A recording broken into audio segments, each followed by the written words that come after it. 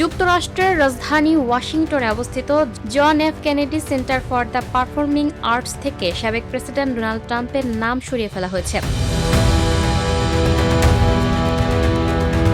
একটি ফেডারেল আদালতের নির্দেশের পর শনিবার এই সিদ্ধান্ত কার্যকর করা হয়। কেনেডি সেন্টারের নির্বাহী পরিচালক ম্যাট ফ্লোকা জানান, ভবন ও আশপাশ থেকে ট্রাম্পের নাম সংবলিত সব সাইনবোর্ড সরানো হয়েছে। ভবনের সামনের বড় অক্ষরে লেখা নামও অপসারণ করা হয়। বিচারক ক্রিস্টোফার কুপার আগেই রায় দেন যে কেনেডি সেন্টারের নাম পরিবর্তন করে ট্রাম্প কেনেডি সেন্টার করা আইনসম্মত হয়নি। তার মতে এই ধরনের সিদ্ধান্ত নেওয়ার ক্ষমতা কেবল মার্কিন কংগ্রেসের রয়েছে। আদালত প্রশাসনকে 14 দিনের মধ্যে নাম অপসারণের নির্দেশ দেয়। ট্রাম্প দ্বিতীয় মেয়াদে ক্ষমতায় ফেরার পর নিজেকে কেনেডি সেন্টারের চেয়ারম্যান হিসেবে নিয়োগ দেন এবং পরবর্তীতে পরিচালনা পর্ষদ নাম পরিবর্তনের সিদ্ধান্ত নেয়। তবে আদালতের রায়ে সেই সিদ্ধান্ত বাতিল হয়ে যায়। রায়ের পর প্রতিষ্ঠানটির ওয়েবসাইট থেকেও ট্রাম্পের নাম সরিয়ে ফেলা হয়। নাম অপসারণের সময় দেখতে ভবনের বাইরে বহু মানুষ জড়ো হন। এদিকে ট্রাম্প প্রশাসন রায়ের বিরুদ্ধে আপিল করে সময় বাড়ানোর আবেদন করলেও তা খারিজ হয়ে যায়। আদালত জানায়, বেআইনি সিদ্ধান্ত দীর্ঘায়িত করা জনস্বার্থের পরিপন্থী।